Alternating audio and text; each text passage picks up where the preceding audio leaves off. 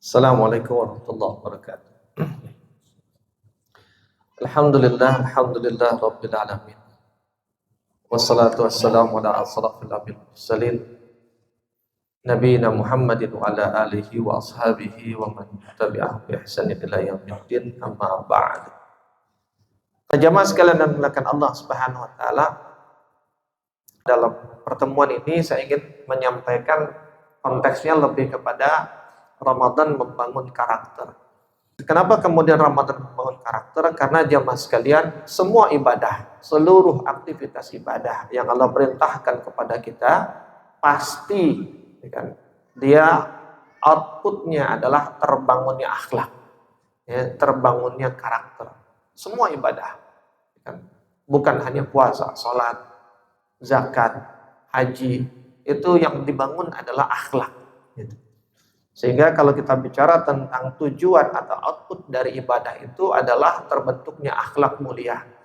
Maka sering sekali saya sampaikan, di antara yang menjadi asas di dalam Islam itu adalah akhlak. Dan itu ditegaskan oleh Rasulullah sallallahu alaihi wasallam, "Innama bu'istu liutammima makarimal akhlak." Aku ini diangkat, dibiksah, ya kan? Dibiksah itu diangkat, dilantik menjadi nabi, menjadi rasul. Tugasnya hanya satu, liutammima, untuk menyempurnakan makarimal akhlak, akhlak yang mulia. Nggak ada yang lain.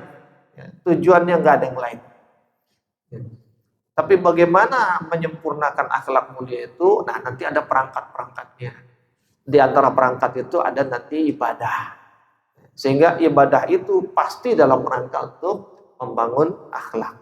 Ya, nanti ada bab-bab tentang tauhid, ada bab-bab tentang muamalah, ya kan? Pasti dia arahnya kepada membangun akhlak. Maka ketika kita bicara tentang ibadah apapun, pasti ujungnya ke sana. Sehingga ketika kita bicara tentang Ramadan, maka berarti Ramadan itu pasti arahnya kepada pembentukan akhlak atau karakter. Sehingga nanti kalau kita bicara tarhib Ramadan, menyambut Ramadan, maka yang menyambut kedatangan Ramadan itu orang-orang berakhlak, orang-orang berkarakter, gitu, yang kemudian semakin dikuatkan dengan Ramadan itu, sehingga karakternya makin kuat dan karakternya makin baik. Nah, jamaah sekalian, di mana pembahasan itu? Pembahasan itu terpampang jelas di dalam Al-Quran, di dalam ayat-ayat tentang Ramadan. Ayat-ayat tentang Ramadan selama ini, ya kan, dipahaminya ada 5. Al-Quran surat Al-Baqarah ayat 183, 184, 185, 186, 187. Walau sebenarnya ada yang mengatakan, ada pendapat yang menyebutkan termasuk 188 itu masih dalam bab tematiknya Ramadan. Gitu. Cuma karena 188 itu sama sekali berbeda pembahasannya, nggak ada kaitan dengan Ramadan, nggak ada kaitan dengan puasa secara teksnya, dan maka kemudian itu jarang dimasukkan di dalam pembahasan. Tapi kalau kita lihat di dalam Quran, maka antara ayat 183 sampai ayat 188 itu masih dalam satu ain. Ya. Jadi ainnya dimulai di 183 dan ainnya itu berakhir di 188. Nanti masuk ain berikutnya baru di 189. Nah, satu ain itu maknanya satu tema, satu pokok bahasan. Gitu. Satu segmen. Nah, jamaah sekalian yang dimuliakan Allah, maka berarti ada 6, gitu. Ada 6 tuh karakter yang dibangun di dalam Al-Qur'an, di dalam karakter yang dibangun dengan adanya Ramadan, yang secara eksplisit disebutkan ayatnya di dalam Al-Qur'an. Yang nggak disebutkan atau yang disebutkan hanya di dalam hadis tentu lebih banyak. Tapi kita fokus ke situ dulu. Itu pun dari 6 tadi atau dari 5 tadi, saya hanya fokus kepada yang pertama. Karena biasanya satu poin, satu tema, satu pertemuan pembahasan. Dan saya mulai dengan ayat yang pertamanya, yaitu Al-Baqarah 183. Karena Al-Baqarah 183 inilah dimulainya ayat tentang saum Ramadan. Di mana di dalam ayat itu Allah berfirman, a'udzubillahi minasyaitonir rajim, ya ayyuhallazina amanu kutiba alaikumus shiyam kama kutiba alal ladzina min qablikum la'allakum tattaqun. Allah katakan, hai orang beriman, telah diwajibkan kepadamu untuk berpuasa sebagaimana telah diwajibkan kepada orang-orang sebelum kamu agar kalian bertakwa. Ada awal ayat, ada akhir ayat, ada isi ayat. Di awal ayat Allah memulai dengan seruan, ya, dan seruannya dikhususkan kepada orang beriman. Di akhir ayat Allah menutupnya dengan output, ya, tujuan, ya, yaitu la'allakum tattaqun, menjadi. Ya, kalau bahasa visi itu biasanya menjadi, mewujudkan. Jadi kalau udah disebut kata la'ala, maka maknanya itu menjadi tujuan, itu menjadi output. Dari apa? Dari seruan yang ada di dalamnya. Dan tengah ayatnya, isi ayatnya itu isi tentang seruannya. Jadi di awal Allah menyeru kepada orang tertentu, lalu Allah sebutkan apa seruannya, dan Allah tunjukkan apa output dari yang melaksanakan seruan itu. Nah, jemaah sekalian yang dimuliakan Allah Subhanahu wa taala. Sehingga ketika dari ayat ini saja ada beberapa hal yang baik tersirat ataupun tersurat yang bisa kita ambil. Yang pertama, bahwa ayat ini menunjukkan bahwa Ramadan itu, ya, untuk bisa melaksanakan ibadah Ramadan, ya kan, itu tidak hanya dibutuhkan kekuatan fisik belaka. Karena Ramadan itu kan sering disebut ibadah fisik. Sebab apa? Nahan lapar, nahan haus. Kaitannya sama fisik. Fisiknya nggak dikasih makan, nggak dikasih minum, kuat apa enggak? Tapi kenyataannya bahwa Ramadan itu dengan puasanya, jadi ayat 183 ini ibadahnya puasanya, seruannya adalah puasa. Beda nanti dengan 184, 185, 186, 187 dan 188. Seruannya adalah puasa. Nah, puasa itu nahan lapar, nahan haus. Sehingga seakan-akan nampak dia adalah amalan fisik. Tapi sesungguhnya puasa itu bukan hanya amalan yang membutuhkan kekuatan fisik. Bahkan bukan itu yang utama. Kenapa? Karena seruannya kepada orang yang beriman. Ya, hai orang-orang yang beriman. Seruan ini menunjukkan bahwa apa yang diseru itu hanya diberikan kepada orang yang beriman, tidak kepada yang selainnya. Dan itu juga menunjukkan bahwa amalan yang diseru hanya dapat dilakukan secara baik oleh orang-orang beriman. Selain orang beriman bisa melakukannya, bisa sekedar melakukannya. Orang-orang non-muslim bisa puasa enggak?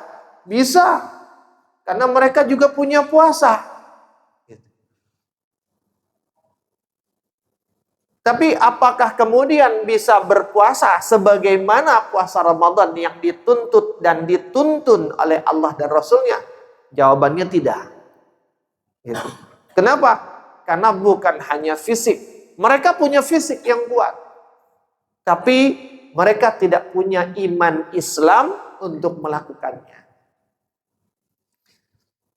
Itu sebabnya banyak orang yang berfisik kuat, tapi kemudian dia tidak mampu melaksanakan puasa dengan baik. Banyak orang yang fisiknya lemah, tapi imannya kuat, maka dia bisa melaksanakan puasa dengan sangat baik. Maka kemudian tinggi, rendah, besar, kecil iman seseorang akan menentukan bobot dari amalan puasa dia. Itu makanya Rasulullah mengatakan di dalam satu hadisnya, kam min sha'imin, dalam riwayat lain rubama sha'imin laisa lahu min siyamihi illal ju' wal atash. Berapa banyak orang yang berpuasa? Artinya banyak orang yang puasa, banyak orang yang nahan lapar, nahan haus. Banyak orang yang nggak makan di siang hari dari habis subuh sampai maghrib itu banyak. Tapi kata Rasulullah, laisa lahu, tidak ada untuknya itu, tidak ada yang dia dapat minus siyamihi dari puasanya illa kecuali al-ju' wal atash, kecuali dia kelaparan dan dia kehausan. Kenapa? Walaupun kuat tapi tetap saja pasti kelaparan. Walaupun kuat, pasti tetap saja kehausan. Cuma dia bisa nahan lapar dan hausnya. Tapi itu doang yang dia dapat. Nggak ada yang lain. Kenapa? Karena kemampuan yang dia punya, kemampuan fisik. Maka yang dia dapat adalah ketahanan fisik. Nggak lebih dari itu. Bahwa dia bisa membuktikan secara fisik, dia kuat berpuasa. Dia kuat nggak makan. Tapi apa selain itu yang dia dapat? Tidak ada. Kenapa? Karena yang dia punya hanya fisik. Sementara yang menjadi modal utamanya adalah al-iman. Itu sebabnya diserukan kepada orang beriman. Kalau semata fisik, maka pasti Allah menyuruhnya kepada wahai orang-orang yang kuat. Jamaah sekalian yang dimuliakan Allah Subhanahu wa taala. Sehingga jamaah sekalian, ya kan, tidak akan mampu berpuasa tanpa modal iman, ya kan, mencapai tujuan hakiki dari puasa tersebut. Boleh jadi orang mampu berpuasa dalam arti menahan lapar dan haus dari pagi sampai petang dengan kekuatan fisiknya, tapi dia tak akan mampu merasakan efek ruhani dari puasa yang dia lakukan. Apa efek ruhaninya? Di antaranya adalah ada kendali diri di sana. Dengan puasa orang jadi sabar, ya kan? Melatih kesabarannya. Dengan puasa orang bisa qanaah. Dengan puasa orang bisa, ya kan, menahan syahwatnya, baik syahwatul batin, syahwatul kalam, dan syahwatul farjinya. Gitu. Syahwat perutnya, syahwat kalamnya, dan syahwat farjinya. Yang padahal di luar bulan Ramadan, di siang hari, jika pada tempatnya dia halal, ya. Di siang hari Ramadan, dia mau berkata apa saja, selama tidak buruk, itu halal. Di siang hari, di bulan lain selain Ramadan, dia makan apa saja selama halal, di siang hari, halal. Di luar bulan Ramadan, di siang harinya, dia berhubungan dengan istri, dengan suaminya, di siang hari, halal. Tapi di Ramadan, semua yang halal itu dilarang di siang harinya. Jamaah sekalian, bukan yang haram yang dilarang, tapi yang halal. Itu bukti bahwa yang sedang diuji adalah ketaatannya.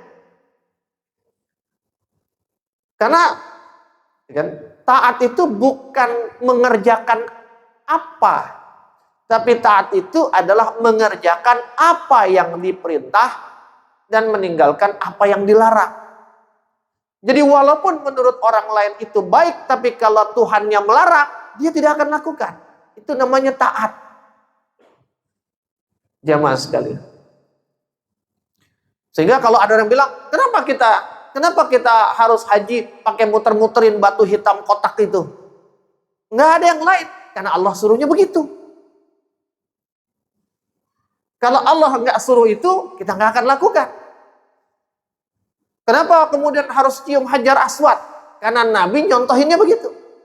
Maka Umar bin Khattab itu ketika dia mau mencium Hajar Aswad, dia hanya berkata kepada Hajar Aswad, wahai batu, ya kan, sesungguhnya engkau tidak bisa memberikan manfaat dan mudarat apapun kepadaku. Tapi karena aku melihat Rasulullah menciummu, maka aku pun akan menciummu. Itu namanya taat. Maka ujian taat itu bukan hanya kepada yang buruk atau kepada yang dilarang. Kalau dia jelek, dia kelihatan buruk, dilarang, biasa. Tapi ini baik kok dilarang. Oh, itu ketaatan yang luar biasa. Ya. Untuk bisa tidak melakukan apa yang baik, ya kan? Tapi Tuhan yang melarang. Nah, jamaah sekalian yang dimuliakan Allah subhanahu. Itulah yang dibangun efek ruhaninya dari Ramadan. Ya. Nah, jamaah sekalian dimuliakan Allah, maka kemudian Rasulullah pun mengatakan dalam hadis yang sudah familiar, dalam riwayat Bukhari dan riwayat Muslim juga disebutkan, man shoma ramadhana imanan. Barang siapa yang berpuasa dengan keimanannya. Jadi puasa itu dengan iman, bukan dengan fisik. Jamaah sekalian, karena kalau sekedar dengan fisik, tadi Rasulullah sudah bilang, banyak kok yang bisa secara fisik, tapi nggak dapat apa-apa, karena imannya nggak ada, imannya nggak siap. Maka imanan, yang jika dia menjalankannya dengan imanan, maka efeknya, efek ruhaninya apa? Ghufira lahu ma taqaddama min dzambi. Efek ruhaninya adalah dosanya diampuni. Diampuni dosa itu efek ruhani, Pak, bukan efek fisik. Emang ada tanda fisik orang diampuni dosa? Kan nggak ada. Maka kalau ada orang nanya, apa tanda-tanda orang diampuni dosa? Apakah berubah potongan rambutnya? Kan enggak. Nggak ada. Yang kelihatan adalah efek ruhaninya. Yang ruhani itu nanti mempengaruhi perilakunya. Jamaah sekalian yang dimuliakan Allah Subhanahu wa taala. Itu yang pertama. Bahwa Ramadan bukan hanya butuh fisik. Yang kedua, bahwa Ramadan itu menjadi booster puasa, ya. Ramadan dengan puasanya, bahwa puasa itu menjadi booster. Booster itu penguat yang mengakselerasi, mengeskalasi pelaku puasa hingga dia naik kepada jenjang yang lebih tinggi. Jenjang awalnya adalah iman, mukmin, lalu dia berpuasa dengan imannya, dampak akibat dari puasanya itu dia tereskalasi, dia ternaikkan makomnya menjadi takwa, muttaqin. Maka kan levelnya begitu, muslim, mukmin, muttaqin, mukhlis, muhsin. Jadi puasa itu mengekskalasi seseorang, bukan mengekskalasi tingginya. Sebelum puasa tingginya 150, ba'da puasa jadi 170. Bukan, lagi-lagi bukan fisik, tapi mengeskalasi kedudukan ruhaninya terhadap Allah Subhanahu wa taala. Nah, jamaah sekalian yang dimuliakan Allah Subhanahu wa taala, takwa dengan segala makna yang terkandung di dalam kata takwa itu. Bahwa takwa itu yang kita pelajari dari SD adalah melaksanakan perintah dan menjauhi larangan. Tapi takwa itu juga bermakna taqi atau taqa, yaitu takut. Takut kepada siapa? Kepada Allah. Makanya takwallah. Tidak ada takwa lain. Hanya ada takwallah. Takwa kepada Allah. Takut kepada Allah. Dan takut kepada Allah itu wajib hukumnya. Sementara takut kepada makhluk tidak boleh. Haram hukumnya takut kepada makhluk. Jamaah sekalian yang dimuliakan, jika ada seseorang yang takut kepada makhluk, berarti dia belum 100% takut kepada Allah. Karena jika seseorang 100% takut kepada Allah, tidak ada lagi selain Allah yang dia takuti. Jamaah sekalian.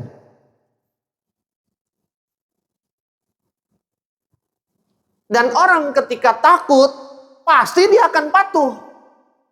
Karena takut, ya kan? Anak buah, bawahan, takut sama atasan. Maka apa yang disuruh atasan pasti dikerjain. Apa yang nggak boleh sama atas, pasti nggak dikerjain. Pasti dia akan tinggalkan. Begitu pula ketika kita takut sama Allah, maka wujudnya adalah apapun yang Allah perintah kita kerjakan, apapun yang Allah larang kita tinggalkan. Jadi bahwa makna takwa adalah takut, takwa adalah melaksanakan perintah dan menjauhi larangan, itu satu kesatuan makna. Jamaah sekalian.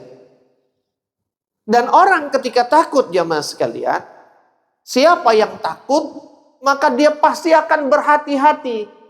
Maka Umar bin Khattab radhiyallahu anhu ketika ditanya, apakah makna takwa menurutmu Umar? Ketika Umar ditanya oleh Ka'ab bin Malik tentang apa makna takwa. Lalu kata Umar apa? Jika engkau berjalan di satu wilayah, yang kau harus berjalan di tempat itu, tapi di tempat itu dipenuhi dengan apa istilahnya, ranjau. Ada banyak onak dan duri yang bisa mencelakaimu, sementara engkau harus lewat situ. Lalu apa yang kau lakukan? Ya, aku akan berhati-hati berjalan di situ, wahai Umar. Itulah takwa. Karena takut kena duri, karena takut kena belukar, maka dia hati-hati berjalan. Karena dia takut kepada Allah, yang Allah punya perintah, Allah punya larangan, perintah punya akibat, larangan punya akibat, dan dia takut dengan akibatnya. Jika dia melaksanakan perintah, dia abaikan perintah, akibatnya adalah neraka, dosa dan neraka. Jika dia lakukan larangan, akibatnya adalah dosa dan neraka. Dan dia takut dengan akibat itu, maka pasti dia akan lakukan yang sebaliknya.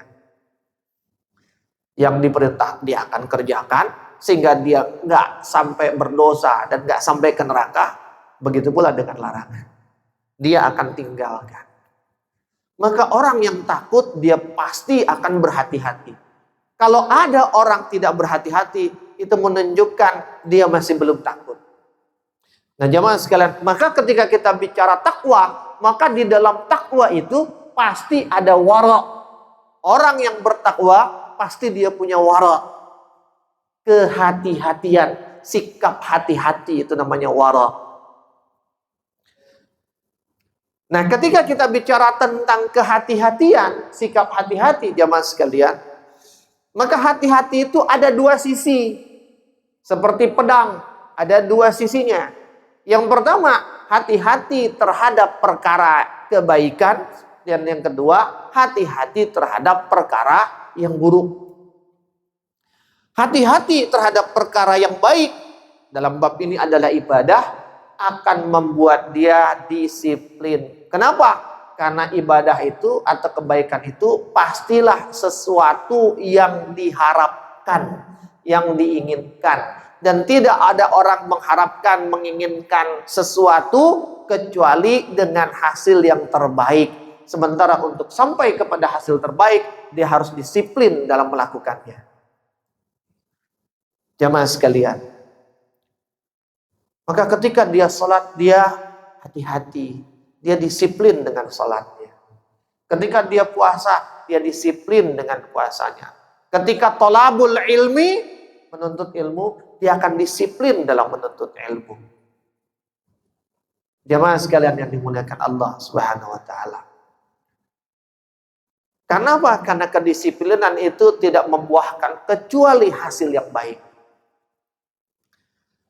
Sebab kalau dia tidak disiplin, dia khawatir ada hak-hak yang dia langgar.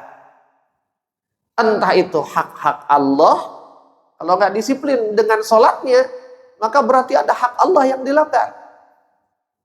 Atau ada hak-hak manusia yang dia langgar.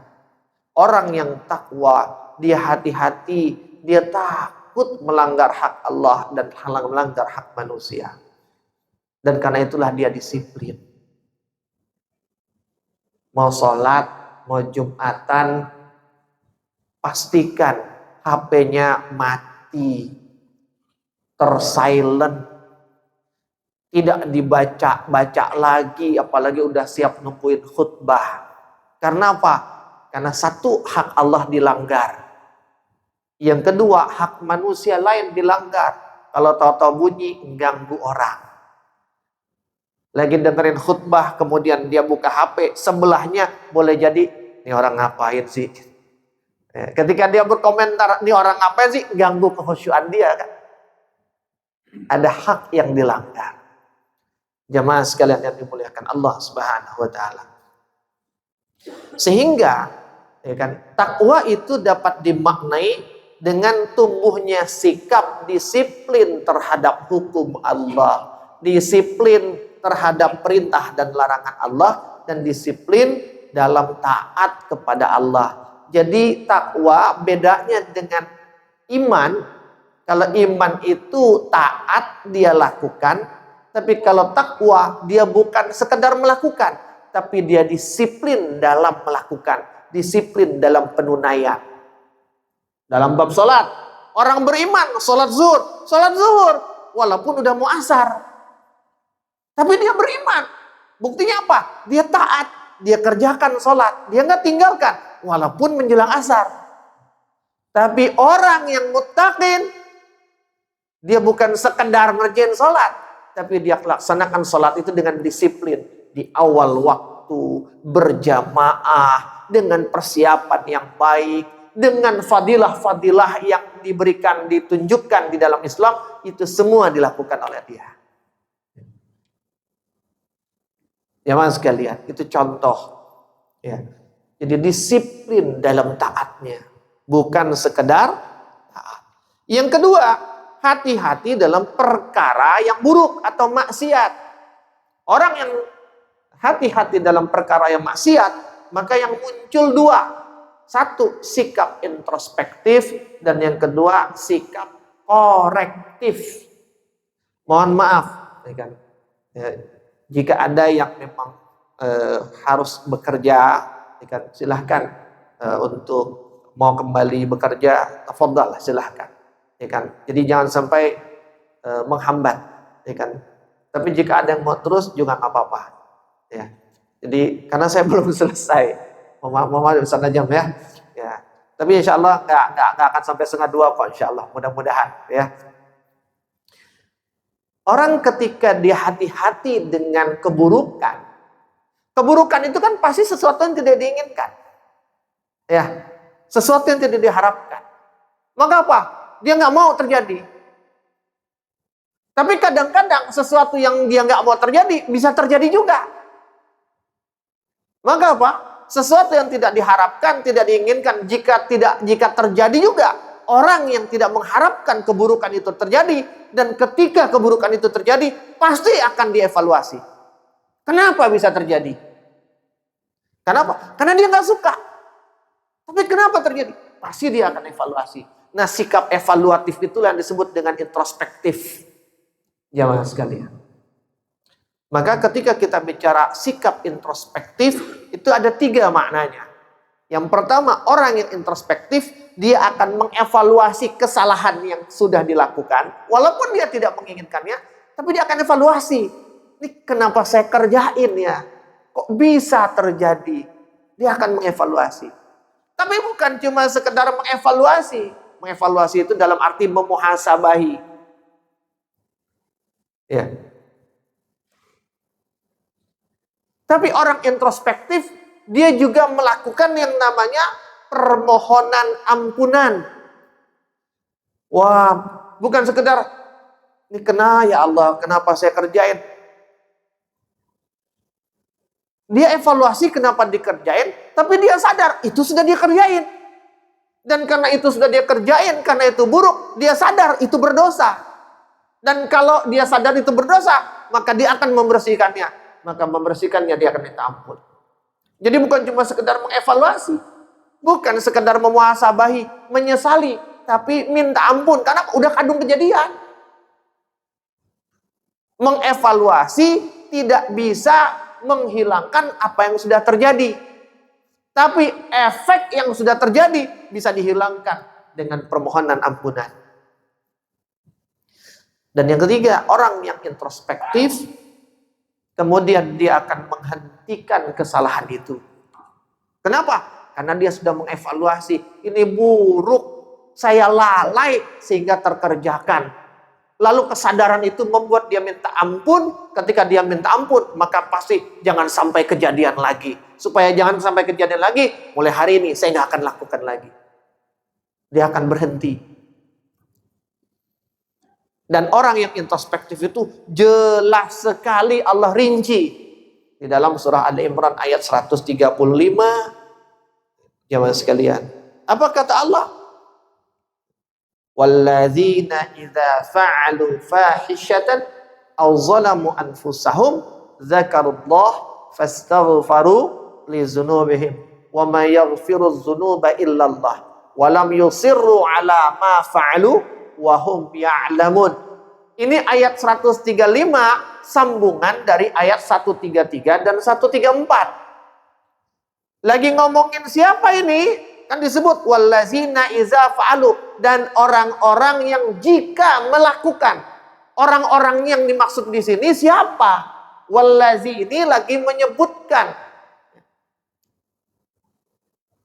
orang ketiga, ini kata ganti. Siapa orang yang digantinya itu? Yaitu al-muttaqin.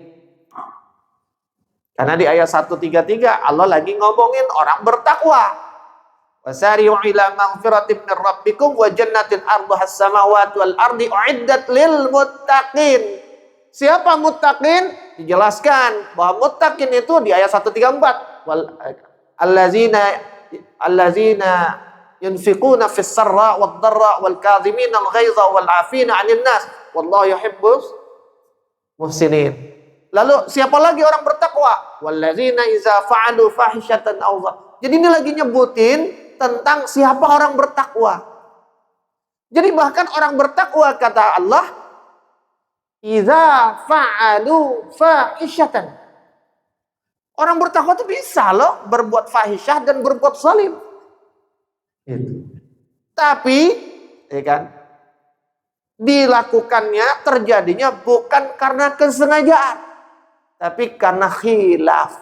Maka kalimatnya iza fa'alu, jika mereka melakukan. Wallazina iza fa'alu fahishatan aw zalamu anfusahum. Jika orang bertakwa itu melakukan fahishatan. Fahisyah itu adalah dosa, keburukan yang dampaknya kepada orang lain. Zalamu anfusahum, kezaliman untuk dirinya sendiri, berarti yang dampaknya untuk dirinya. Jadi kalau dia melakukan keburukan yang merugikan orang, atau dia melakukan keburukan, mungkin nggak ngerugin orang, tapi efeknya dia dapat dosa. Dan orang bertakwa bisa melakukan itu jika dia khilaf. Dan khilaf itu kata Ibnu Qayyim adalah ketika setan menutupi akalnya. Beda sama orang fasik. Orang fasik itu bukan hanya nutupin akal, tapi nutupi hatinya. Maka apa? Dosa khilaf gampang ngapusinnya. Ya, mudah. Dikasih unjuk sama Allah. Tapi dosa fasik, wah itu berat. Jamaah sekalian yang dimuliakan Allah. Kalau khilaf dia lupa, ditutupin akalnya lupa. Tapi setan nggak bisa lama-lama tutupin akalnya. Bentaran doang. Yang penting udah dikerjain dah, gua kagak kuat lama-lama. Akhirnya pergi itu setan. Begitu pergi, tinggal kebuka lagi akalnya. Astagfirullah. Apa yang saya lakukan? Tapi kalau orang fasik, dia melakukan kemaksiatan, keburukan, dia sadar, dia tahu itu buruk. Kalau orang khilaf, dia nggak sadar. Lagi lupa. Kalau orang fasik, dia sadar, dia tahu. Dia sadar sebetulnya, gue tahu nih jelek, tapi gimana dong? Nah, tapi gimana dong? Hati-hati tuh. Ya, tandanya dia tahu itu salah, tapi masih dikerjain. Apalagi kemudian dia menikmatinya. Enak juga ternyata ya uang haram gitu. Nauzubillah. Ya. Jemaah sekalian yang dimuliakan Allah. Dan orang yang bertakwa jika pun dia bermaksiat kata Allah, zakarullah. Dia cepat ingat Allah. Ingat Allah itu bentuk introspek, bentuk evaluatifnya dia. Ya Allah, dia langsung evaluasi. Apa yang saya kerjain barusan? Itu evaluatif tuh. Kok saya begini? Kok saya lakukan ini? Ya Allah, ini kan jelek. Itu evaluatif tuh. Tapi setelah evaluatif, kata Allah lanjutnya apa? Fastaghfaru li dzunubihim. Tuh, fastaghfaru li dzunubihim. Lanjut dia minta ampun. Kenapa? Dia sadar itu dosa. Setelah itu apa? Walam yusirru ala ma fa'alu. Dia tinggalkan itu keburukan. Jamaah sekalian. Itu orang-orang yang introspektif. Lalu sikap korektif. Orang yang hati-hati di dalam keburukan, selain dia introspektif, tapi dia juga korektif. Nah, korektif itu memotivasi seseorang untuk melakukan kebaikan setelah dia melakukan keburukan. Maka orang yang korektif itu, dia akan menghapus bekas keburukan yang pernah dilakukannya, dan kemudian perbaikan itu dilakukan dengan cara mengganti keburukan yang sebelumnya mengisi dirinya dengan kebaikan. Mohon maaf, saya sering ngasih contoh begini jamaah sekalian. Anggaplah gelas ini isi air kotor. Gimana cara kita bersihin? Buang. Ya. Nah, buang air kotor itu kita mentaubati keburukan kita. Seperti halnya kita membuang kekotoran dari hati kita. Dengan cara apa? Beristighfar, bertaubat. Tapi jamaah sekalian, ketika air kotor ini dibuang dari gelas, masih ada nggak sisa-sisa, jejak-jejak, bekas-bekas air kotor itu kan di dinding-dinding gelas masih ada kan? Maka dia harus dibersihkan. Bersihnya dengan apa? Kalau orang dulu bilang dirindangin pakai air bersih. Masukin air bersih, kocok-kocok gitu kan? Kemudian dibuang. Karena apa? Air bersih itu akan membersihkan sisa-sisa kekotoran di dindingnya, dan kemudian dibuang lagi. Nah, tapi setelah dibuang lagi, gelasnya kan kosong. Iya kan? Sementara gelas itu hakikatnya wadah yang harus diisi. Maka kalau dia kosong, harus diisi. Siapa yang mengisi? Si pemilik gelas atau yang berkepentingan dengan gelas itu. Jika gelas itu adalah hati kita, maka hati kita setelah dibersihkan dari kekotoran harus diisi dengan kebaikan. Siapa yang berkepentingan dengan hati kita? Kita. Dan siapa? Dan setan. Setan itu berkepentingan dengan kita. Maka kalau kita nggak segera isi, setan akan ngisi. Kalau gelas ini nggak segera diisi dengan yang bersih, maka akan keisi air kotor lagi. Maka sebelum diisi air kotor, segera isi air bersih. Dan isinya jangan nanggung-nanggung. Kalau ngisi separuh, nanti separuhnya diisi yang kotor. Dan kalau diisi yang kotor dengan yang bersih kecampur, jangankan separuh-separuh. 99% bersih, lalu ditetesin kotor saja. Mana yang lebih berpengaruh? Yang kotor kan? Makanya ada pepatah, karena nila setitik hilang susu selang. Air bersih, Pak. Tetesin air comberan, setetes aja ke air bersih. Masih mau minum nggak? Enggak. Padahal kan cuma setetes. Air bersihnya lebih banyak. Maka apa? Sebelum diisi damai kotor juga sehingga bercampur, maka penuhin sama yang baik. Maka Allah perintahkan wala talbisul haqqa bil batil. Nah, boleh dicampur. Karena kalau dicampur, ya, yang merusak itu yang buruknya. Artinya apa jemaah sekalian? Setelah kita introspektif, mengevaluasi, memohon ampun, lalu meninggalkan yang buruk, ganti dengan yang baik. Langsung kerjain yang baru, yang baik. Diisi lagi dengan yang baik. Sebelum diisi sama yang buruk. Oleh siapa? Oleh setan. Setan itu siapa? Setan itu sifat. Karena apa? Karena setan itu bukan sosok. Sebab apa? Sifat setan ada di semua sosok. Baik sosok yang gaib maupun sosok yang kasat mata. Makanya setan itu minal jinnati wan nas. Jamaah sekalian. Bisa setannya yang gaib atau bisa setannya orang lain ngajak-ngajak mau provok kita, atau bisa setannya diri kita sendiri. Yaitu apa? Syahwat yang diperturutkan menjadi hawa nafsu.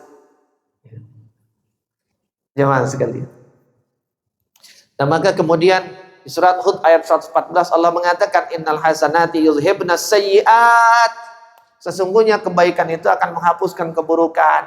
Tapi lagi-lagi aktivitas ngisi gelas ini dengan yang bersih hanya bisa dilakukan oleh Dzalika dzikra liz-zakirin. Hanya orang yang ingat. Ingat kalau dia baru buat dosa. Ingat kalau dia baru bersihin. Ingat hatinya masih kosong, kudu diisi. Kalau dia nggak ingat, dia nggak akan ngisi. Kalau dia lupa ngisi, nanti tahu-tahu sadar-sadar keisi sama yang lain. Jamaah sekalian, kita nggak bisa ngelarang setan ngisi gelas kita, tapi kita bisa mencegah setan mengisi gelas kita. Gitu, ya, jamaah sekalian. Kita nggak bisa larang setan itu memenuhi hati kita, tapi kita bisa mencegah dia untuk mengisi hati kita. Di dalam hadis Rasulullah yang masyhur juga disebutkan, wa bi sayyi'atan hasanatan tamhuha, dan iringilah setiap keburukan dengan kebaikan yang akan menghapusnya. Jadi betul, air bersih itu ngapusin jejak-jejak keburukan sampai benar-benar clean. Jamaah sekali. Jadi orang yang berpuasa dengan iman seharusnya dia mampu menjadi lebih baik, yaitu menjadi takwa. Dan untuk dia menjadi takwa berarti dia harus lebih baik dalam semua amalnya. Bagaimana lebih baik dalam semua amal? Bukan sekedar terlaksananya sebuah amal, tapi dia concern kepada bagaimana amal itu terlaksana secara baik dengan disiplin. Jamaah sekalian yang dimuliakan Allah. Sebagai penutup, puasa itu menumbuhkan karakter muttaqin yang memiliki rasa takut kepada Allah. Karena muttaqin itu takut kepada Allah. Rasa takutnya itu membuat dia melakukan semua yang diperintah dan meninggalkan semua yang dilarang. Dalam arti dia taat. Dan rasa takutnya itu membuat dia bersikap hati-hati dalam melakukan ketaatan. Dan sikap hati-hatinya akan membuat dia selalu introspektif, korektif, dan disiplin dalam semua ketaatannya. Jamaah sekalian yang dimuliakan Allah, maka seharusnya ba'da Ramadan kita menjadi orang yang disiplin, orang yang introspektif dan korektif. Pertanyaannya, sudah berapa puluh Ramadan kita jalani? Umur kita berapa? 30. Akil balik 15 tahun misal. Berarti sudah 15 kali kita puasa Ramadan. Pertanyaannya, sudahkah kita disiplin dalam ketaatan kita? Sudahkah kita introspektif dalam setiap keburukan yang kita lakukan? Sudahkah kita korektif? Kalau belum, berarti Ramadan kita selama 15 kali itu mungkin belum sampai kepada level menjadi booster untuk diri kita menjadi muttaqin. Jamaah sekalian. Nah, gimana caranya supaya bisa jadi booster? Jika takwa adalah pohonnya, pohon takwa, maka sikap introspektif, korektif, dan disiplin adalah buahnya. Jadi buah itu hanya keluar dari pohon yang baik, yang subur. Semakin besar dan baik pohonnya, semakin besar dan ranum manis buahnya. Nah, pertanyaannya, agar baik pohon takwa itu, maka dia harus ditanam di wadah yang subur. Pohon ditanam di tanah. Maka tanamlah di tanah yang subur. Karena ada tanah yang gak subur. Gitu. Bukan hanya ditanam, dia harus disirami. Disirami dengan apa? Dengan air yang cukup. Kenapa harus dengan air yang cukup? Karena kalau disirami air kurang banyak, kurang cukup, dia gak akan berbuah juga. Karena kurang. Airnya cuma cukup untuk numbuhin daun. Gak cukup untuk numbuhin buah. Kenapa harus cukup? Karena airnya kebanyakan, dia bisa mati, busuk akarnya. Jadi harus cukup. Dan bukan hanya diairi, disiram, tapi juga dipupuk. Dan pupuknya harus pupuk yang baik. Karena ada pupuk yang tidak baik. Ada pupuk yang organik, ada yang anorganik. Ada yang punya kandungan pestisida yang justru berbahaya untuk buahnya nanti. Gitu.